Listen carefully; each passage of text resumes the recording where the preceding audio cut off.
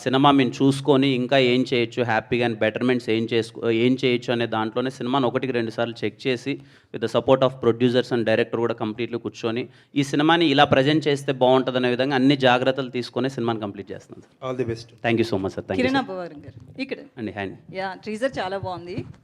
అయితే మీ యాక్టింగ్ కూడా కొంచెం డిఫరెంట్గా కనిపిస్తుంది. అంటే ఒక లవర్ బాయ్లా చాలా బాగుంది. అయితే కిరణ్ అబ్బవరంకి కా సినిమా అనేది ఒక బ్రాండ్ అయింది.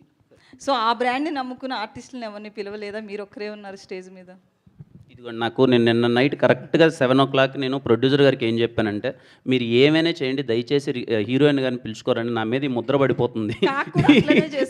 నేను ఈవినింగ్ కరెక్ట్గా 7 నేను ఏం చెప్పానంటే ప్రొడ్యూసర్కి, మీరు ఏమైనా చేసుకోండి, నాకు రేపు రుక్సర్ రావాలి, హీరోయిన్ రావాలి, అది ఇదని నేను అడిగితే నేను అంతా ట్రై చేశారు. రుక్సర్ నాకు తెలిసి వేరే షూట్లో ఏదో బిజీగా ఉండడం వల్ల రాలేకపోయింది. కానీ ఈ సినిమా కంప్లీట్లీ వీలైనంత నాకన్నా రుక్సర్ని ఎక్కువ కనిపించాలని నేను ప్రయత్నం చేస్తాను. ఆ ధైర్యం అదేం లేదండి, ఏదో కొట్టేసామని అదేన్నీ ఏం లేదు. ఏ సినిమాకి ఆ సినిమానే.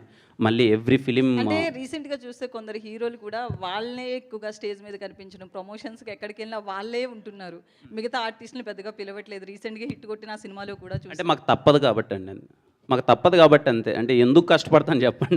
అన్నిసార్లు మేము అన్ని చోట్ల తిరిగి ఎందుకు కష్టపడతాం? మేము సినిమాని జనాల్లోకి తీసుకెళ్ళాలి, కంప్లీట్లీ సినిమా జనాలకి రీచ్ అవ్వాలి కాబట్టి కష్టపడతాం.